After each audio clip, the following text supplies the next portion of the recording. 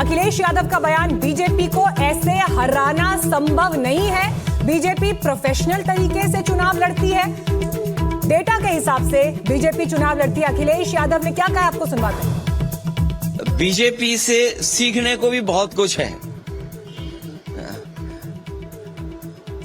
वो political party नहीं है, वो पॉलिटिकली प्रोफेशनली रन करते हैं अपने आप को। और जो नया जमाना है डाटा चोरी का, कभी सोचा था आपने 5 साल पहले, 3 साल पहले कि इलेक्शन होने जा रहा हो, कोई पॉलिटिकल पार्टी अपनी एजेंसियां लगाए और डाटा चोरी करने के लिए जाएं? तो ये नए तरह की चीजें हैं। प्रोफेशनल पॉलिटिक्स करती है बीजेपी। बीजेपी प्रोफेशनल गिनती करके, डेटा पे एक एक बिंदी बैठा करके तब फैसला लेते हैं। इसलिए जिसको हराना है बीजेपी को, उसको उसी तरीके से तैयारी करनी पड़ेगी। और बीजेपी का रिसोर्सेज की कोई कमी नहीं है। बता देते हैं, वापस आ रहे हैं। बीजेपी को 1081 नगर निगम में बढ़त नजर आ रही है। ये स्क्रीन पर नंबर भी आपके चल रहा है। शिवसेना 293, बीजेपी 1081। अब 2869 जो नगर निगम जो आप देख रहे हैं, जो म्युनिसिपल कॉर्पोरेटर्स हैं, उनमें से कितने 1000 से ऊपर बीजेपी के पास जाते नजर आ रहे हैं। और ये सुचरिता भी 2100 सीटों का रुझान है। अभी टोटल जो है 2869 है, लेकिन उसमें से 2100 सीटों में से 1083 पर बीजेपी इस वक्त आगे चल रही है। कांग्रेस के भी नंबर्स आपको हम दिखा रहे हैं। यूबीटी शिवसेना 137 सीटों पर आगे चल रही है। अब देखिए 4-5 बजे तक पिक्चर काफी हद तक और क्लियर हो जाएगी। हालांकि जो मार्जिन है, जो गैप है, वो इतना बड़ा है कि ये बहुत ज्यादा कुछ उलटफेर हो जाएगा, ऐसा यहाँ पर नहीं दिखाई देता है। आकाश जी, आप अपनी बात कंप्लीट करिएगा, फिर मैं बाकी मेहमानों पर जाऊंगी। मुझे ये बंबई के अंदर जो आप आंकड़े बता रहे हैं, 86 भाजपा लीड कर रही है, 73 पे यूबीटी है और एकनाथ शिंदे करीब 32 पे है। अगर हम कंबाइन शिवसेना को देखें तो उनकी ताकत बरकरार है, मराठी मानुस की ताकत बरकरार है बंबई में। फिर पिछले टाइम 82 थे, तो आज पूरी सत्ता की चाबी जो है बीएमसी की, वो एकनाथ शिंदे के पास गई है। तो ये कहीं ना कहीं गले की हड्डी बन गए हैं अभी देवेंद्र फडणवीस के लिए। उनका रास्ता आसान नहीं रहा है महाराष्ट्र में राजनीति करने ठीक का। है, आसिफ जी रिस्पॉन्ड है कि मेयर भी एकनाथ शिंदे मांगे वहां पे। ठीक है सर, आसिफ जी रिस्पॉन्ड करिए, फिर बाकी मेहमानों के पास जाएंगे प्लीज।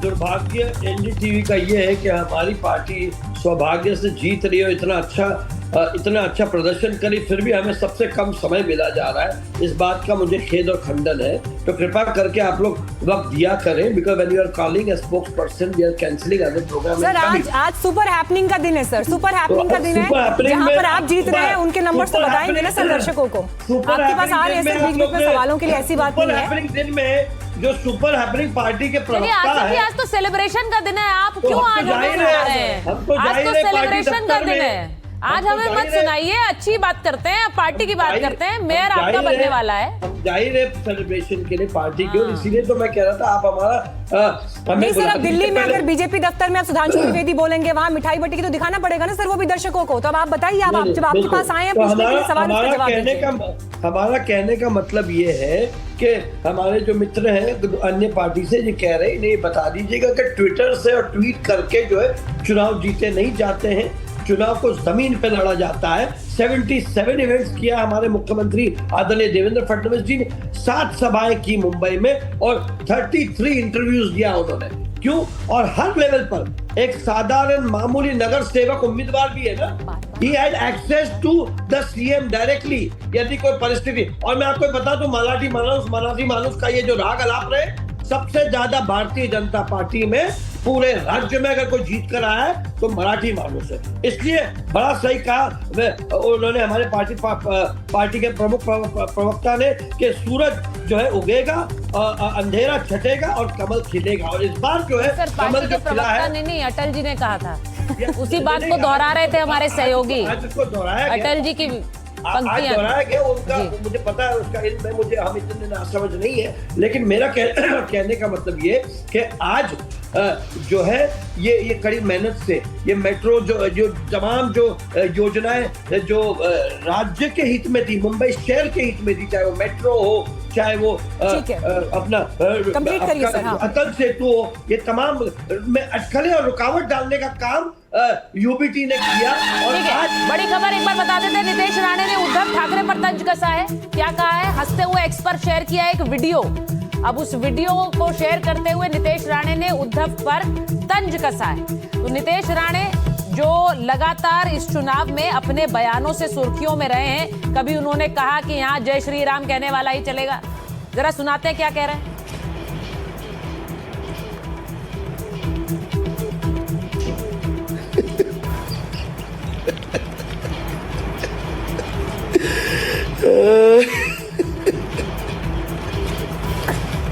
हालांकि हमारे साथ अभी यूबीटी शिवसेना से कोई मेहमान नहीं आए, होते तो जरूर मैं इनसे रिएक्शन लेती इस पर। पोस्ट किया है और लिखा है उद्धव जी आणी पेंगुइन ला जय श्री राम, ये उन्होंने लिखा है। और उस वीडियो में कुछ नहीं है, बस वो जोर जोर से हंस रहे हैं। जितेंद्र दीक्षित जरा बताइए, जितेंद्र जी बताइए जरा क्या मायने हैं इस वीडियो के, क्या लिखा है इन्होंने उद्धव जी आणी पेंगुइन ला जय श्री राम। ये मीम पॉलिटिक्स जो जितेंद्र चल रही है ना यहाँ पर सोशल मीडिया पर, ये मीम पॉलिटिक्स है ना, ये आदित्य ठाकरे के लिए करते हैं। नितेश राणे पेंगुइन शब्द का इस्तेमाल करते हैं आदित्य ठाकरे को चिढ़ाने के लिए, क्योंकि आदित्य ठाकरे ने जो मुंबई के जू में जो पेंगुइन को लाया गया था, उसके लिए आदित्य ठाकरे ने अहम भूमिका निभाई थी। तब से ये उसको चिढ़ाने लग गए पेंगुइन नाम से। ये पहली बात। दूसरी बात, उद्धव जी आणि पेंगुइन ना जय श्री राम इसलिए ये चिढ़ाने के लिए कह रहे हैं क्योंकि इनका ऐसा नैरेटिव है कि उद्धव ठाकरे की शिवसेना 2019 से, जब से उन्होंने कांग्रेस और एनसीपी से हाथ मिलाया, उसके बाद से इनकी पार्टी हिंदुत्ववादी नहीं रही और ये अब मुसलमानों के समर्थन लेते हैं। तो इस वजह से उन पर तंज कसने की खातिर ये वाक्य लिखा है उद्धव आणि पेंगुइन ला जय श्री राम, और अपना हंसते हुए का ये वीडियो डाला है। नहीं, अब ये आपने बिल्कुल सही कहा मीनाक्षी, मीम पॉलिटिक्स बना दिया है नितेश राणे ने। वैसे नितेश राणे के कई ऐसे बयान थे जिनको बहुत क्रिटिसिज्म मिला इस चुनाव में, और उन्होंने बहुत क्लियरली नहीं, उन्होंने कहा कि गोल्ड टोपी वाले वोट नहीं देते, हरे सांप जैसे शब्दों का प्रयोग किया, जबकि मंत्री है। मैं बार बार ये बात कहती हूं, बिल्कुल सही बात कि आप मंत्री पद पर होते हुए जो जिस तरह की भाषा थी, जिस तरह की शब्दावली थी, लेकिन खैर अब चुनाव जिस अंदाज में होते हैं, कौन सा दल ऐसा है जो इन मामलों में पीछे है, ये अपने। आसिफ जी हम बैठकर कह रहे हैं हम विकास पर जीते हैं। हाँ। आसिफ जी, नितेश राणे के बयानों को इग्नोर कर दें हम पूरे प्रचार में, सारे बयान प्रचार में इग्नोर कर दिए जाएं, सिर्फ विकास था। नहीं, पर्टिकुलरली अगर आप देखो तो जो पर प्रांतियों का जो मुद्दा है, आज मुझे बताइए कांग्रेस ने क्यों साथ छोड़ दिया? कांग्रेस ने आज क्यों यूबीटी के साथ नहीं गए? क्यों? राज ठाकरे जो है is known for doing all of these things, be it with the South Indian. ये देखिए, मुद्दा ये नहीं होता चुनाव में, मुद्दा होना चाहिए जो मुंबई। नहीं आसिफ जी, आप राज ठाकरे की पॉलिटिक्स को क्रिटिसाइज कर रहे हैं, लेकिन नितेश राणे ने जो पॉलिटिक्स की है इस चुनाव भर में, हरे सांप जय श्री राम कहने वाले ही रहेंगे यहाँ पर। नहीं, मुझे लग रहा है, देखिए नितेश जी का एक विषय है, लेकिन जहां तक देवेंद्र फडणवीस जी वो the face of the campaign, who was leading this campaign. अगर एक लाइन में कह तो दीजिए कि नितेश राणे को ऐसी शब्दावली का प्रयोग नहीं करना चाहिए था, कम से कम इतना तो कह दीजिए।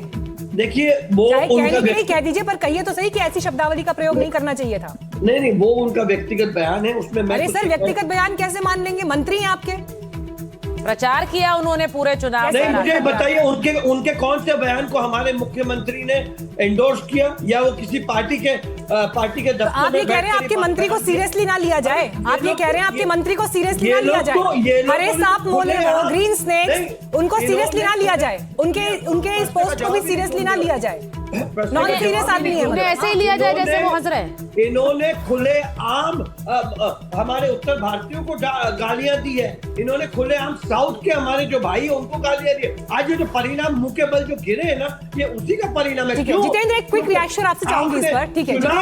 जितेंद्र, एक क्विक रिएक्शन आपसे। देखिए, जब सार्वजनिक मंचों पर बयान दिया तो ये कहा जाता है कि देवेंद्र फडणवीस जी को सुनिए, उनका विजन सुनिए, वो ऐसी भाषा को इंडोर्स नहीं करते, जबकि सच तो ये है कि जमीनी स्तर पर नितेश राणे जितने खुलकर जिस तरह से अटैक कर रहे हैं, जिस तरह की शब्दावली का प्रयोग कर रहे हैं, किसी तरह का तो संरक्षण है ना उनको कि हाँ जी बोलिए आप। बिल्कुल, भले ही एक तरफ देवेंद्र फडणवीस ये कहते हो कि वो एंडोर्स नहीं करते हैं नीतीश राणे की जुबान को, जिस तरह के शब्दों का इस्तेमाल करते हैं, लेकिन दूसरी तरफ आप नीतीश राणे के पुराने बयानों को देखेंगे तो वो तो उल्टा देवेंद्र फडणवीस का ही हवाला दे रहे थे। जब देवेंद्र फडणवीस उप मुख्यमंत्री थे और उनके पास में गृह मंत्रालय था, तब के भी उनके कई सारे बयान है। तब वो सागर बंगले में रहा करते थे, तब ये कहते थे कि अपने को किसी का डर नहीं है, सागर बंगले पे अपना बॉस बैठा हुआ है। और अभी भी देवेंद्र फडणवीस के नाम से ही देवेंद्र फडणवीस भले ही निंदा करते हो या ये कहते हो कि एंडोर्स नहीं करते, लेकिन इसके बावजूद देवेंद्र फडणवीस के कहने के बावजूद भी लगातार हर दूसरे तीसरे दिन आपने देखा होगा कि नीतीश राणे। चलिए जितेंद्र, इस बीच एक बड़ी खबर हमारे पास आ गई है। अखिलेश यादव का बयान, बीजेपी को ऐसे हराना संभव नहीं है, बीजेपी प्रोफेशनल तरीके से चुनाव लड़ती है, डेटा के हिसाब से बीजेपी चुनाव लड़ती है। अखिलेश यादव ने क्या कहा, आपको सुनवाते हैं। बीजेपी से सीखने को भी बहुत कुछ है। वो पॉलिटिकल पार्टी नहीं है, वो पॉलिटिकली प्रोफेशनली रन करते हैं अपने आप को। और जो नया जमाना है डाटा चोरी का, कभी सोचा था आपने 5 साल पहले, 3 साल पहले कि इलेक्शन होने जा रहा हो, कोई पॉलिटिकल पार्टी अपनी एजेंसियां लगाए और डाटा चोरी करने के लिए जाएं? तो ये नए तरह की चीजें हैं। प्रोफेशनल पॉलिटिक्स करती है बीजेपी प्रोफेशनल गिनती करके, डेटा पे एक एक बिंदी बैठा करके तब फैसला लेते हैं। इसलिए जिसको हराना है बीजेपी को, उसको उसी तरीके से तैयारी करनी पड़ेगी। और बीजेपी का रिसोर्सेज की कोई कमी नहीं है। तो चुनाव हराना ऐसे संभव नहीं है। आकाश जी, ध्यान से सुन रहे हैं आप, आपके सहयोगी क्या कह रहे हैं? अखिलेश यादव, ऐसे हराना संभव नहीं है, प्रोफेशनल तरीके से चुनाव लड़ते हैं। ये बात राहुल गांधी जी भी सुन रहे हैं। यही राहुल गांधी हमेशा से कह रहे हैं कि चुनाव तंत्र, इलेक्शन कमीशन, डाटा चोरी, नहीं, प्रोफेशनल तरीके से चुनाव लड़ते हैं, तैयारी के साथ, डेटा के साथ चुनाव लड़ते हैं। प्रोफेशनलिज्म कहते हैं मैडम। राहुल गांधी वोट चोरी को ही प्रोफेशनलिज्म कहते हैं। इस तरीके से चुनाव बीजेपी जीतती है। कैसा धन बल का उपयोग करती है, प्रशासन का दुरुपयोग करती है, कैसा एजेंसियों का दुरुपयोग करती है। चलिए, अखिलेश यादव ने जो बात कही है बीजेपी के चुनाव लड़ने के तरीके पर है, अब आप उसे तंज मानिए या फिर तारीफ मानिए, लेकिन यह बात बिल्कुल साफ हो गई है कि बीजेपी ने केंद्र से लेकर राज्य से लेकर अब महानगर चुनाव में भी अपने लिए झंडा गाड़ दिया है। तो चुनाव कैसे लड़ती है तो देखना होगा।